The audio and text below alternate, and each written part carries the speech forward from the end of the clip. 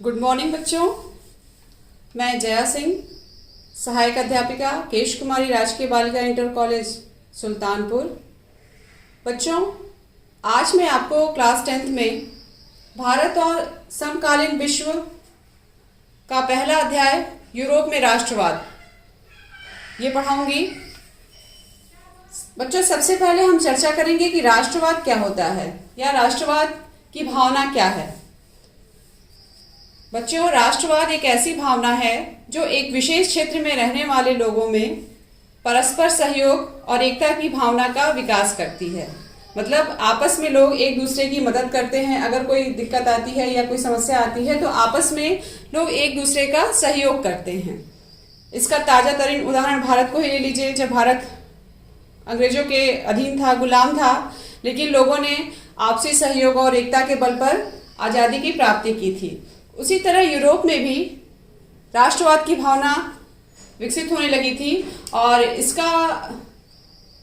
इसकी शुरुआत हम फ्रांसीसी क्रांति से ही मानते हैं। आइए मैं अभी आपको एक चित्र दिखाती हूँ और उस चित्र पे मैं आपसे चर्चा करूंगी और बताऊंगी कि किस तरह यूरोप में राष्ट्रवाद का विकास हुआ था। बच्चों, इस चित्र को ध्यान से देखिए आप। इस चित्र को फ्रेडरिक सारियू ने बनाया था और ये चित्र जो है उनके 4 चित्रों की एक श्रृंखला थी। इसमें उन्होंने अपने सपनों का एक संसार रचा था जो जनतांत्रिक और सामाजिक गणतंत्रों से मिलकर बना था। इसमें आप देखिए बच्चों कि फ्रांसीसी क्रांति के दौरान स्वतंत्रता की देवी के रूप में एक मूर्ति आपको दिखाई दे रही है। इसके एक हाथ में मशाल है और दूसरे हाथ में मनुष्य के अधिकारों का घोषणा पत्र। प्रतिमा के सामने देखिए आप, जमीन पर निरंकुश संस्थानों के ध्वस्त बिखरे हुए दिखाई दे रहे हैं। निरंकुशवाद क्या होता है? ऐसी सरकार या शासन जिसकी सत्ता पर किसी प्रकार का कोई अंकुश ना हो। आगे आप देखिए कि सारियू के कल्पनादर्श, जिसे यूटोपिया कहा गया था। यूटोपिया क्या है? एक ऐसे समाज की कल्पना जो इतना आदर्श है कि उसका साकार होना लगभग असंभव होता है। इसमें अलग अलग राष्ट्र के लोग हैं जो अलग अलग समूहों में बटे हुए हैं, जिनकी पहचान उनके कपड़ों और राष्ट्रीय पोशाकों से की गई है। स्वतंत्रता की मूर्ति से थोड़ा आगे देखिए, संयुक्त राज्य और स्विट्जरलैंड हैं जो अब तक राष्ट्र राज्य बन चुके थे। फ्रांस, जो क्रांतिकारी तिरंगे से पहचाना जा सकता है, प्रतिमा के पास ही है। ऐसा लगता है कि चित्रकार ने राष्ट्र राज्य की आदर्श कल्पना की थी और ये चित्र इस बात का परिचय भी देता है। इसी चित्र के माध्यम से हम अपने अगले टॉपिक पर चलेंगे कि यूरोप में राष्ट्रवाद का उदय किन परिस्थितियों में हुआ। बच्चों, 19वीं शताब्दी के बाद यूरोप के कई राष्ट्रों में बहुराष्ट्रीय वंशीय साम्राज्यों का उदय हो चुका था। बहुराष्ट्रीय वंश समझ सकते हैं कि राजा के बाद उसके पुत्र या एक तरीके से वंशानुगत साम्राज्य का उदय हो चुका था। लेकिन फ्रांस में जो क्रांति होती है उसने पूरे यूरोप के इतिहास को बदल के रख दिया था। आप लोगों ने क्लास 9 में फ्रांसीसी क्रांति पढ़ी थी। एक बार मैं उसको रिपीट कराती हूँ, आप ध्यान से सुनिएगा। फ्रांसीसी क्रांति जैसा कि आप जानते हैं 1789 में हुई थी और 1789 की क्रांति के बाद पहली बार राष्ट्रवाद की अभिव्यक्ति हुई थी। प्रभुसत्ता राजतंत्र से निकलकर फ्रांसीसी नागरिकों के समूह में हस्तांतरित हुई थी। मतलब राजतंत्र का समापन हुआ था। आपको याद होगा कि क्रांति के समय लुई 16वां राजा था, लेकिन क्रांति के बाद वहां पर प्रजातंत्र की स्थापना हुई, लोकतंत्र की स्थापना हुई और यहाँ पर जो फ्रांस की प्राचीन संसद थी, स्टेटस जनरल, उसका नाम बदलकर नेशनल असेंबली कर दिया गया था और नेशनल असेंबली को ही संविधान बनाने का अधिकार दिया गया था। जगह जगह जैकोबिन क्लब की स्थापना होने लगी थी और इसी के तहत 1804 में नेपोलियन शासन सत्ता पर आता है और उसने नेपोलियन संहिता लागू की। इसको ध्यान रखिएगा, बहुत इंपॉर्टेंट है। अक्सर क्वेश्चन में आता है कि नेपोलियन संहिता कब लागू हुई थी। 1804 ईस्वी में नेपोलियन संहिता लागू हुई थी और इसके तहत नेपोलियन ने जन पर आधारित विशेषाधिकार समाप्त कर दिए थे। उसने कानून के समक्ष बराबरी और संपत्ति के अधिकार को सुरक्षित बनाया। डच गणतंत्र, स्विट्जरलैंड, इटली और जर्मनी में नेपोलियन ने प्रशासनिक विभाजनों को सरल बनाया था, सामंती व्यवस्था को खत्म किया और इस तरह से नेपोलियन ने धीरे धीरे यूरोप के देशों में या फ्रांस में सुधार करना आरंभ कर दिया था। जगह पर फ्रांसीसी इस नियम या नीति का लोगों ने बहुत स्वागत भी किया। कई शहरों में इसे अप्रिशिएट भी किया गया, जैसे हॉलैंड और स्विट्जरलैंड में जब ये फ्रांसीसी सेनाओं का लोगों ने बड़ा स्वागत किया। लेकिन धीरे धीरे उत्साह जो है दुश्मनी में बदलने लगा और लोगों को ये समझ में आने लगा कि नई प्रशासनिक व्यवस्थाएं राजनीतिक स्वतंत्रता के अनुरूप नहीं है। सेंसरशिप और बाकी यूरोप को जीतने के लिए फ्रेंच सेना में जबरदस्ती भर्ती से जो नुकसान हो रहा था वो धीरे धीरे प्रशासनिक परिवर्तन को प्रभावित कर रहा था। नेपोलियन के साम्राज्यीकरण की नीति से यूरोप के कई देश नाराज थे और उन्हें नेपोलियन का शासन बिल्कुल पसंद नहीं आ रहा था। जब 1815 में वाटरलू के युद्ध में नेपोलियन की हार होती है, उसके बाद से यूरोप के इतिहास में एक नया क्रांतिकारी परिवर्तन आता है और जिससे अनेक राष्ट्र राज्यों का उदय होता है। बच्चों, अगला टॉपिक है हमारा यूरोप में राष्ट्रवाद।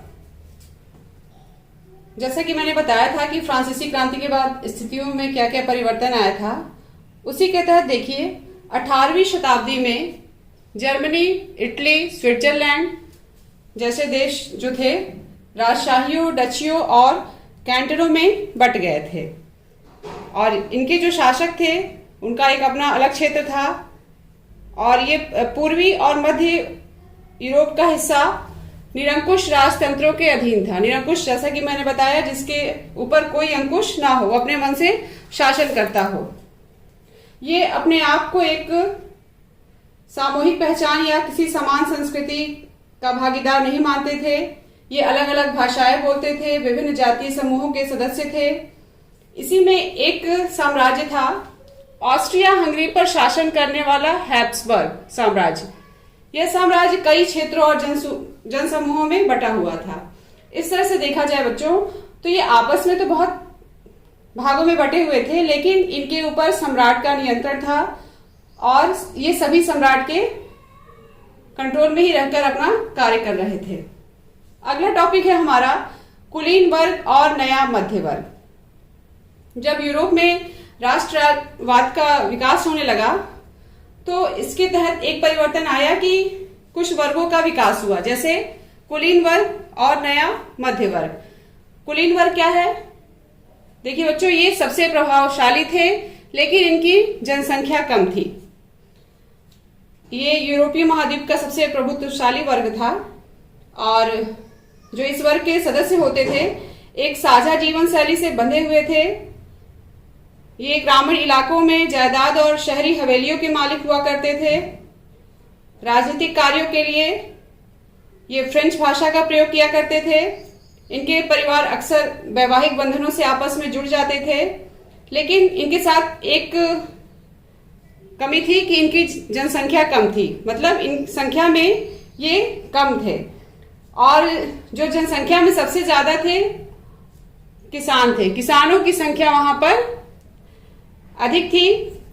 पश्चिम में ज्यादातर जमीन और किराएदार और छोटे छोटे काश्तकार खेती करते थे, जबकि पूर्वी और मध्य यूरोप में भूमि विशाल जागीरों में बटी थी जिस पर भूदास खेती किया करते थे।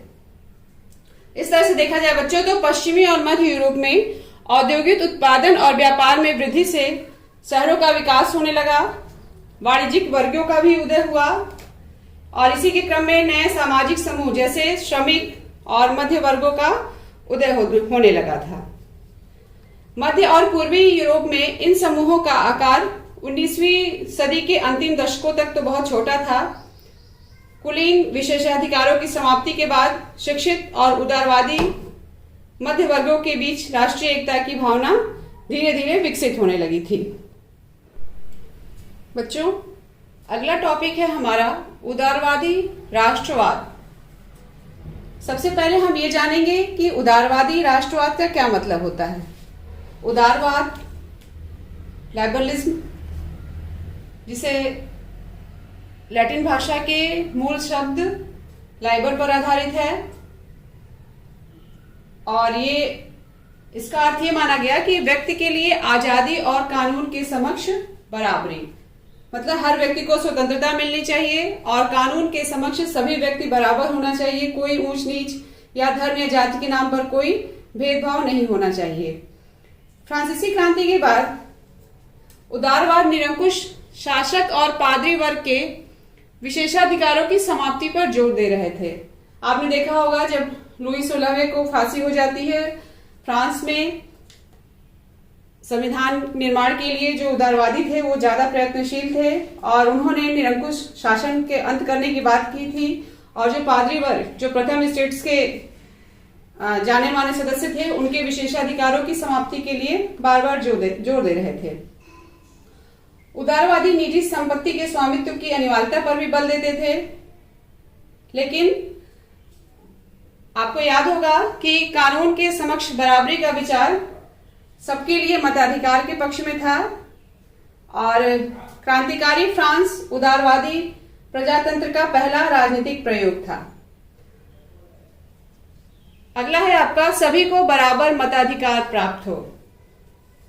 जब फ्रांस में प्रजातंत्र की स्थापना हुई थी थोड़े ही समय के लिए, तो वहां पर जैकोबिन शासन के समय सभी वयस्क पुरुषों को मताधिकार प्राप्त था, लेकिन जब नेपोलियन की संहिता लागू हुई तो फिर से सीमित मताधिकार वापस आ गया और महिलाओं को अवयस्क दर्जा देते हुए उन्हें पिताओं और पतियों के अधीन कर दिया गया, यानी महिलाओं से मतदान का अधिकार छीन लिया गया।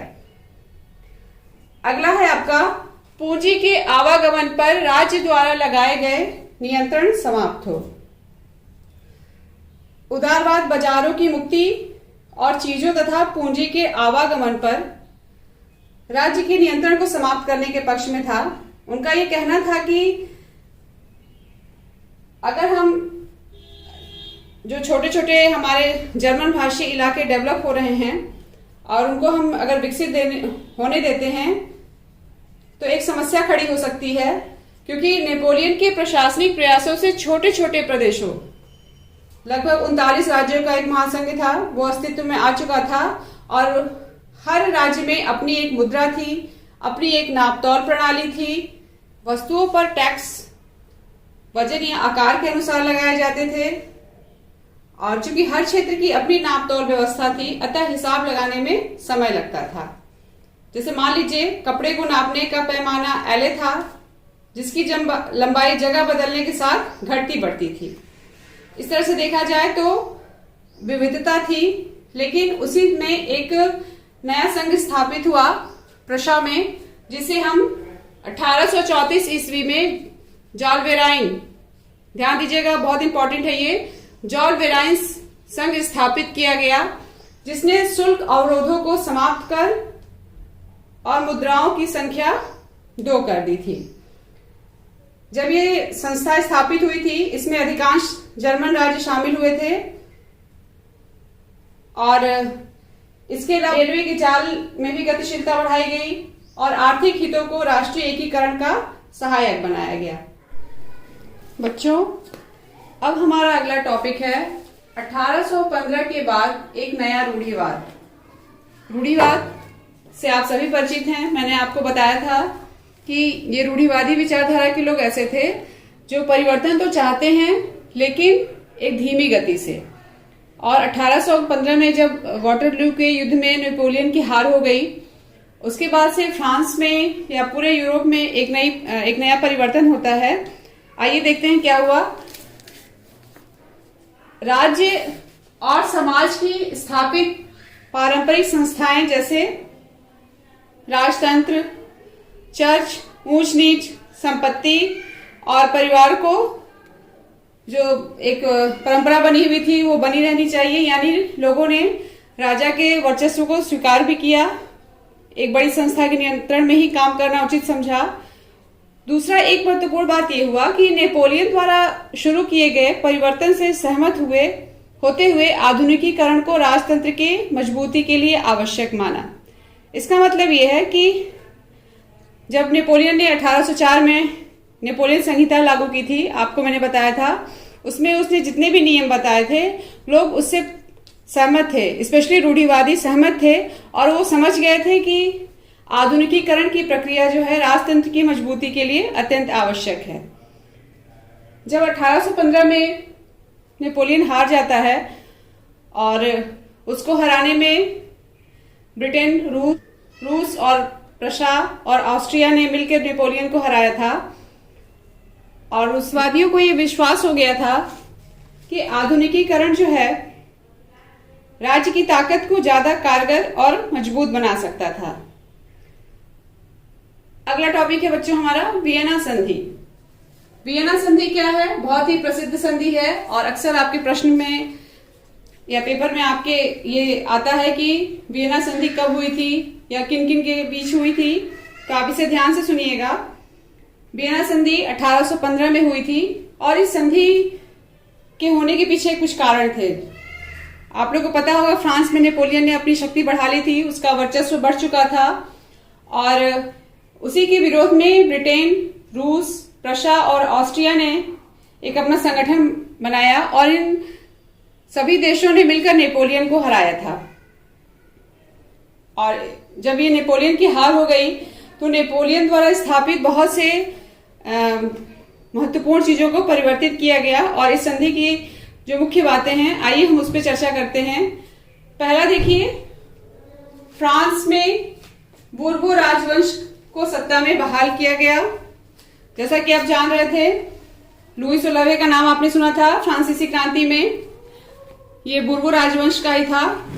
तो फिर से फ्रांस में बोर्बो राजवंश को सत्ता में लाया गया। दूसरा है, फ्रांस ने नेपोलियन के कब्जे वाले प्रदेशों को खो दिया। नेपोलियन ने जिन जिन प्रदेशों को जीता था इस संधि के तहत उन प्रदेशों को फ्रांस से वापस ले लिया गया।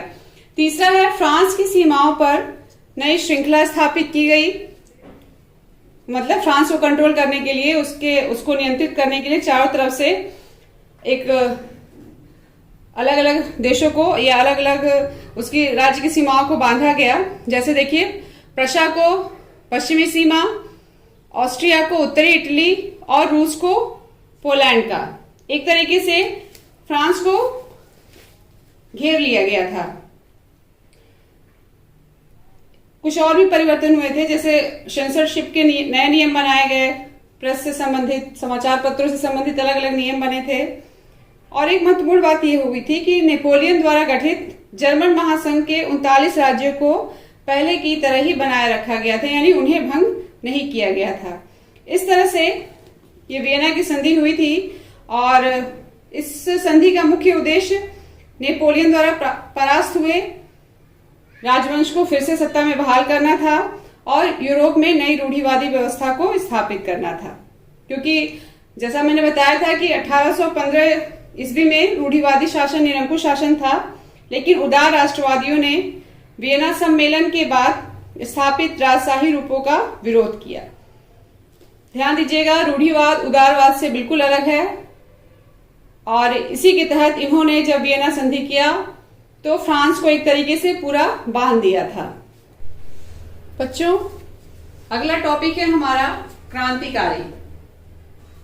जैसा कि आप जान रहे हैं कि नेपोलियन की हार के बाद जो वियना संधि हुई थी और फ्रांस का जिस तरीके से या नेपोलियन की शक्तियों को जिस तरह से दमन किया गया था और फ्रांस को चारों तरफ से घेर लिया गया था, तो बहुत सारे यूरोपीय राज्यों में क्रांतिकारियों को प्रशिक्षण देने के लिए गुप्त संगठनों का उदय हुआ। ये गुप्त संगठन क्यों बने थे? क्योंकि ये जो उदारवादी थे, ये राष्ट्रवादी इन दोनों लोगों ने मिलकर बनाया था, और ये राजतंत्रीय व्यवस्थाओं का विरोध कर रहे थे। इसी में एक नाम आता है ज्यूसेप्पे मैत्सेरी। बच्चों, इनका नाम आप इटली के एकीकरण में पढ़ेंगे अभी, और इनका बहुत बड़ा योगदान है इटली के एकीकरण में। आइए इनके बारे में हम जानते हैं। इनका जन्म 22 जून 1805 को जेनेवा, इटली में हुआ था और ये 24 साल की युवा अवस्था में लिगुरिया में क्रांति करने के लिए उन्हें बहिष्कृत भी कर दिया गया था। इन्होंने 2 संगठनों की स्थापना की थी।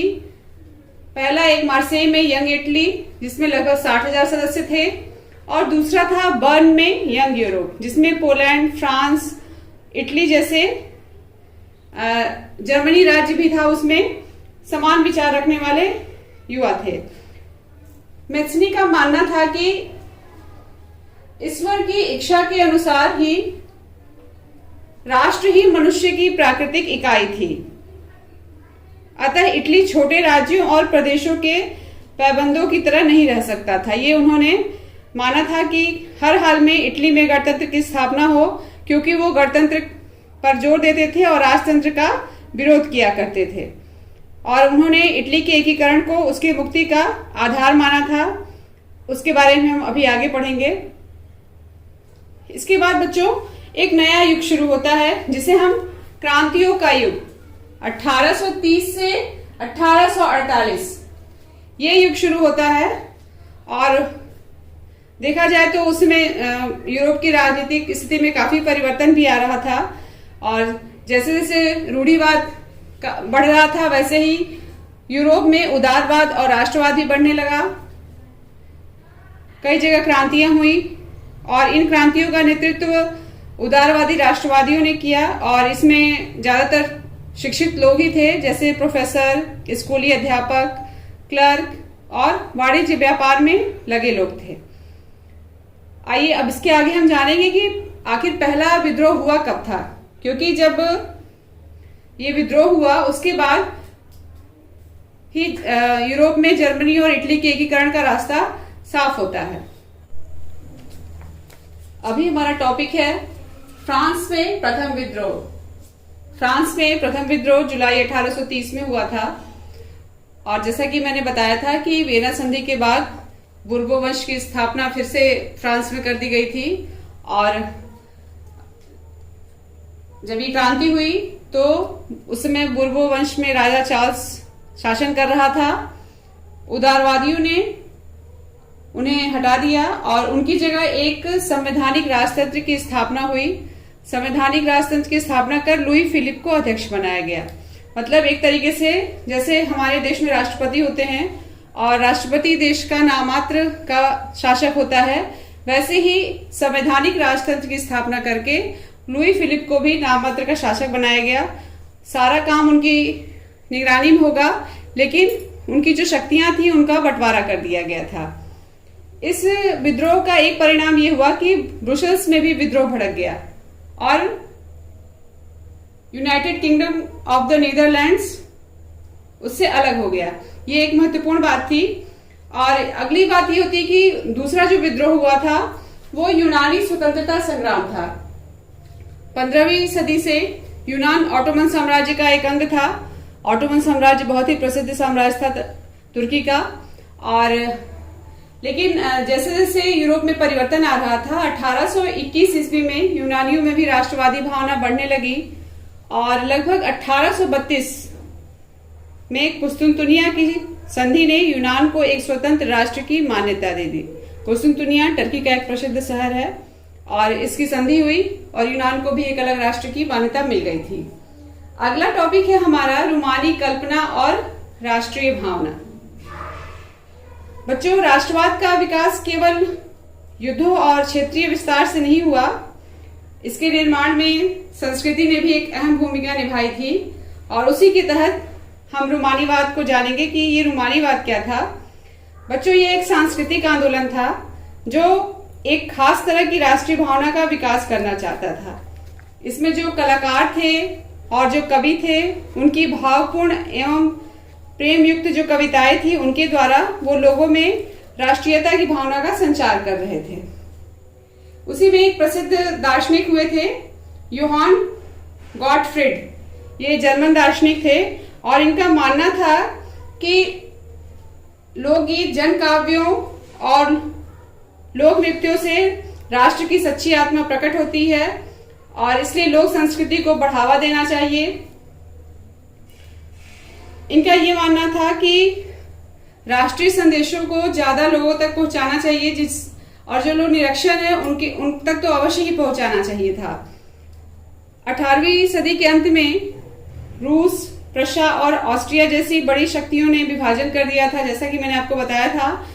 लेकिन पोलैंड अब स्वतंत्र भूक्षेत्र नहीं था, किंतु संगीत और भाषा के जरिए राष्ट्रीय भावना जीवित रखी गई थी। पोलैंड में संगीत और भाषा के जरिए राष्ट्रीय भावना जीवित रखी गई थी, और इस तरह से उस समय के कलाकार और कवि भी अपनी कविताओं के माध्यम से राष्ट्रीयता की भावना का विकास कर रहे थे।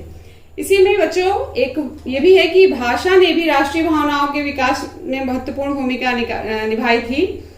आपको मैं बता दूं कि प्रशा में रूसी कब्जे के बाद रूसी भाषा को हर जगह जबरन लादा गया, और 1821 में रूस के विरुद्ध एक सशस्त्र विद्रोह हुआ। इसमें अनेक सदस्यों ने राष्ट्रवादी विरोध के लिए भाषा को अपना हथियार बनाया था। चर्च के जो भी आयोजन होते थे, जो धार्मिक क्रियाकलाप होते थे, उसमें भी पोलिश भाषा का इस्तेमाल होने लगा। इसका नतीजा यह हुआ कि बड़ी संख्या में पादरियों और बिशपों को जेल में डाल दिया गया था। कुछ रूसी अधिकारियों ने उन्हें सजा देते हुए साइबेरिया में भी भेज दिया था, क्योंकि उन्होंने रूसी भाषा का प्रचार करने से इनकार कर दिया था। इस तरह से देखा जाए बच्चों, तो यूरोप में राष्ट्रीय भावना के लिए भाषा भी बहुत हद तक जिम्मेदार थी। बच्चों, अगला टॉपिक है हमारा भूख, कठिनाई और जन विद्रोह। आखिर ये क्या थे? जैसा कि आप जान रहे थे कि 1830 का दशक यूरोप में भारी कठिनाइयां लेकर आया था, और 19वीं सदी में यूरोप की जनसंख्या में तीव्र वृद्धि हुई थी। क्यों? क्योंकि ज्यादातर देशों में नौकरी ढूंढने वालों की संख्या बढ़ रही थी, और लोग रोजगार खोजने के लिए अपना देश छोड़कर या अपना शहर छोड़कर दूसरे देशों में आ जा रहे थे। जब ये लोगों का आना जाना इसी तरह चलता रहा, तो धीरे धीरे यूरोप में जनसंख्या में वृद्धि हो गई थी। और आप समझ सकते हैं कि जब किसी भी देश में जनसंख्या की वृद्धि होती है तो समस्याएं भी उत्पन्न होती हैं, और यहाँ पर यूरोप में भी एक प्रॉब्लम हुई। उसी समय इंग्लैंड में औद्योगिकरण का स्तर ऊंचा हो गया था। तरह तरह के उद्योग धंधों का और फैक्ट्रियों की स्थापना हुई थी, मशीनें बनने लगी थी। अब उन मशीनों से और जो छोटे मोटे उद्योगपति थे या जो लघु उद्योग था, उनका आपस में कंपटीशन होने लगा, क्योंकि जो मशीनों से सामान मिलता था और जो हाथ से बनाए सामान थे, काफी अंतर रहता था। और लोग एक तरीके से, जो यूरोप का कुलीन वर्ग था, वो इन सब चीजों को बहुत प्रिफर करता था। धीरे धीरे यूरोप में शहरीकरण की प्रक्रिया बढ़ी। लोग अपने शहर छोड़ के दूसरे देशों में रोजगार ढूंढने के लिए आने लगे। कृषि सामंती शुल्क लिया जाने लगा था। अगर कोई प्राकृतिक आपदा आ गई तो खराब फसलों के कारण गांव में गरीबी फैल गई थी। अगला टॉपिक है हमारा उदारवादियों की क्रांति, जो ये 1848 ईस्वी में हुई थी। अब इस क्रांति में क्या हुआ था? देखिए, मैंने बताया था कि 1830 से 1848 के बीच में फ्रांस में क्रांति हुई थी, और जब ये क्रांति हुई उस समय वहां का राजा लुई फिलिप था, जिसे संवैधानिक राजतंत्र की स्थापना की थी। यहाँ पर गरीबी, बेरोजगारी और भूखमरी के कारण जो वहां का शिक्षित वर्ग था उसने क्रांति कर दी, और इस कारण लुई फिलिप को अपनी राजगद्दी छोड़नी पड़ी थी। वहां की जो राष्ट्रीय संसद थी उसने गणतंत्र की स्थापना पर जोर दिया और सभी को समान मताधिकार देने की गारंटी दी थी। ये तो फ्रांस की बात हो गई कि फ्रांस में स्थिति आई और सभी को गणतंत्र स्थापना पर जोर दिया गया। लेकिन यूरोप में ऐसे कई देश थे जो अपने एकीकरण के लिए बेचैन थे या अपनी स्वतंत्रता के लिए बेचैन थे। उन्हीं में से हैं Germany, Italy, Poland, Austro Hungarian. ये सब देशों में एकीकरण की मांग उठ चुकी थी। इसी के तहत 18 मई 1848 में सर्व जर्मन नेशनल असेंबली का गठन किया गया। अब ये सर्व जर्मन नेशनल असेंबली क्या थी बच्चों? इस असेंबली के द्वारा ये प्रयास किया गया कि जर्मन राष्ट्र के लिए एक संविधान का प्रारूप तैयार किया जाए और इस राष्ट्र की अध्यक्षता एक ऐसे राजा को सौंपी जाए जिसे संसद के अधीन रहना था। इस तरह की व्यवस्था वहां पर की गई थी। इसी के तहत महिलाओं को भी अधिकार मिले थे, क्योंकि इन्होंने आंदोलनों में बढ़ चढ़कर हिस्सा लिया था। तो उदारवादी और राष्ट्रवादियों ने ये सोचा कि अगर इस समस्या का समाधान करना ही है तो हमें सभी वर्गों को संतुष्ट करना होगा, और तभी जाकर एक सुदृढ़ शासन की स्थापना हो सकती है। जर्मनी का निर्माण, यानी जर्मनी का एकीकरण कैसे हुआ? जो 1848 में उदारवादियों की क्रांति हुई थी, उसके बाद यूरोप में राष्ट्रवाद का जनतंत्र और क्रांति से अलगाव होने लगा था, और यूरोप में राजनीतिक प्रभुत्व हासिल करने के लिए रूढ़िवादियों ने राष्ट्रवादी भावना का प्रयोग किया। एक टाइम ये था कि 1848 में जर्मन महासंघ का गठन किया गया था, जिसमें जर्मनी के जो विभिन्न इलाके थे उनको जोड़कर एक निर्वाचित संसद द्वारा शासित राष्ट्र राज्य बनाने का प्रयास किया गया था। लेकिन उस समय ये पहल सफल नहीं हो पाई थी। इसी के चलते प्रशा ने राष्ट्रीय एकीकरण आंदोलन का नेतृत्व संभाल लिया, और उसका प्रमुख मंत्री ऑटो वॉन बिस्मार्क इस प्रक्रिया का जनक था, जिसने प्रशा की सेना और नौकरशाही की मदद से जर्मनी का एकीकरण करने में सफलता पाई थी। ये चाहते थे कि जर्मनी का एकीकरण तो हो, लेकिन साथ ही साथ प्रशा का भी प्रभुत्व बना रहे। ये प्रशा के प्रभुत्व के पक्षधर थे, और 1866 में ऑस्ट्रिया और प्रशा में युद्ध हुआ और प्रशा की जीत हुई। लगभग 7 वर्षों तक युद्ध चला, जिसमें ऑस्ट्रिया, डेनमार्क और फ्रांस के साथ प्रशा ने लड़ाई लड़ी थी, लेकिन अंततः जीत प्रशा की हुई, और प्रशा की जीत के साथ ही जर्मनी का एकीकरण भी पूरा हुआ। 18 जनवरी 1871 को जर्मन राज्य के शासकों, सेना प्रतिनिधियों, प्रमुख मंत्री ऑटो वॉन बिस्मार्क सहित महत्वपूर्ण मंत्रियों की बैठक हुई, जिसमें काइजर विलियम की अध्यक्षता में जर्मन साम्राज्य की घोषणा हुई थी। और इस घोषणा के साथ ही नए राज्य ने जर्मनी की मुद्रा, बैंकिंग और कानूनी तथा न्यायिक व्यवस्थाओं के आधुनिकीकरण पर जोर दिया। इस तरह से बच्चों जर्मनी का एकीकरण हुआ, और इस एकीकरण में ऑटो वॉन बिस्मार्क का नाम हमेशा याद रहेगा। और इसको हमेशा याद रखिएगा कि जर्मनी का एकीकरण में किसकी महत्वपूर्ण भूमिका थी, तो ऑटो वॉन बिस्मार्क। बच्चों, अब हमारा अगला महत्वपूर्ण टॉपिक है इटली का एकीकरण। इटली का एकीकरण कैसे हुआ? 19वीं सदी में इटली 7 राज्यों में बटा हुआ था, और जिसमें से केवल एक सार्डिनिया पिडमांट में इतालवी शासन था।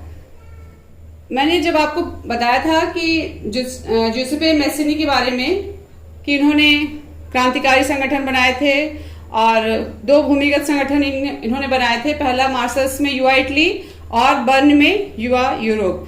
मार्सल्स में युवा इटली में लगभग 60,000 सदस्य थे, और बर्न में युवा यूरोप जैसे जर्मनी, इटली, फ्रांस जैसे नए राष्ट्र थे। 1831-48 में वहां पर जो क्रांतिकारी विद्रोह हो रहे थे, और उन विद्रोहों की असफलता के बाद इतालवी राज्यों को जोड़ने की जिम्मेदारी वहां के शासक विक्टर इमैनुअल द्वितीय पर आ गई थी। देखिए, मैंने जो महत्वपूर्ण नाम है उनके नीचे मैंने अंडरलाइन कर दिया है, आप ध्यान से देखेंगे। विक्टर इमैनुअल के ऊपर जब ये जिम्मेदारी आ गई, तो उन्होंने अपने मंत्री कावूर का सहयोग लिया। उनका मंत्री कावूर बहुत ही योग्य और कूटनीतिज्ञ था, और कावूर ने अपने कूटनीतिक संधि से 1859 ईस्वी में ऑस्ट्रियाई सेना को पराजित कर दिया। इसी की कड़ी में जुसेप्पे गैरिबाल्डी, इन्होंने 1860 में दक्षिण इटली में प्रवेश कर स्पेनिश शासकों को हटाने हेतु स्थानीय किसानों का समर्थन भी प्राप्त कर लिया। एक तरीके से देखा जाए तो इटली के एकीकरण में जुसेप्पे मैस्सिनी, उनके मंत्री प्रमुख कावूर और जुसेप्पे गैरिबाल्डी, इन तीनों का योगदान रहा है। और 1860 तक आते आते पूरे मध्य इतालवी राज्य को सर्वसम्मति के साथ पीडमांट के साथ एकजुट कर दिया गया, और 1861 में विक्टर इमानुएल द्वितीय को संयुक्त इटली का राजा घोषित कर दिया जाए। इस तरह से देखा जाए तो इटली की एकीकरण की प्रक्रिया यहाँ पर समाप्त होती है। अगला टॉपिक है हमारा ग्रेट ब्रिटेन का विकास। इसमें बच्चों आपको पता है कि 1688 में इंग्लैंड में औद्योगिकरण हुआ था, और औद्योगिकरण के बाद इंग्लैंड में राष्ट्र राज्य का उदय हुआ। इसमें क्या हुआ था देखिए, कहा जाता है कि ब्रिटेन में राष्ट्र राज्य का निर्माण अचानक हुई कोई उथल पुथल या क्रांति का परिणाम नहीं था, यह एक लंबी चलने वाली प्रक्रिया थी। आइए हम जानते हैं कि ऐसा कैसे हुआ। इसी में देखिए, इंग्लैंड और स्कॉटलैंड के बीच एक्ट ऑफ यूनियन जो 1707 में हुआ था, से United kingdom of great Britain का उदय हुआ। ध्यान दीजिएगा, एक्ट ऑफ यूनियन से United kingdom of great Britain का उदय हुआ। इसी के तहत, इसी की कड़ी में एक अगला नाम जुड़ता है आपका आयरलैंड का। आयरलैंड में क्या था कि वहां पर कैथोलिक और प्रोटेस्टेंट दोनों ही धार्मिक गुट थे, और जो अंग्रेज थे उन्होंने क्या किया कि कैथोलिक धर्म को ज्यादा बढ़ावा देना चाहा, और इसी धर्म को बढ़ावा देने के लिए उन्होंने जितने भी कैथोलिक विरोधी विचारधारा थी या जो भी विद्रोह हो रहे थे उनको निर्ममता से कुचल दिया, और आयरलैंड को 1801 में यूनाइटेड किंगडम ऑफ ब्रिटेन में जबरदस्ती शामिल कर लिया। इस तरह से एक नए ब्रितानी राष्ट्र का निर्माण हुआ, जिसमें ब्रिटेन के प्रतीक चिन्हों, झंडा और राष्ट्रीय गान को बढ़ावा दिया गया। अब बच्चों, आपके इस लेसन का लास्ट टॉपिक है राष्ट्र की दृश्य कल्पना, यानी राष्ट्र को किस रूप में देखा गया। 18वीं और 19वीं शताब्दी में कलाकारों ने राष्ट्र का मानवीकरण करते हुए महिला के रूप में चित्रण किया है, क्योंकि उस समय जो है राष्ट्रों को नारी वेश के रूप में ही प्रस्तुत किया जाता था, और जिस नारी का रूप इन्होंने चुना है वो असल जीवन में कोई खास महिला नहीं थी, यह बस एक अमूर्त कल्पना थी जो लोगों ने की थी। बच्चों, आपका ये लेसन आज खत्म हुआ, और मैं उम्मीद करती हूँ कि आपको यूरोप में राष्ट्रवाद समझ में आ गया होगा। आप इसे ध्यान से देखिए और समझने का प्रयास करिए। Thank you, take care.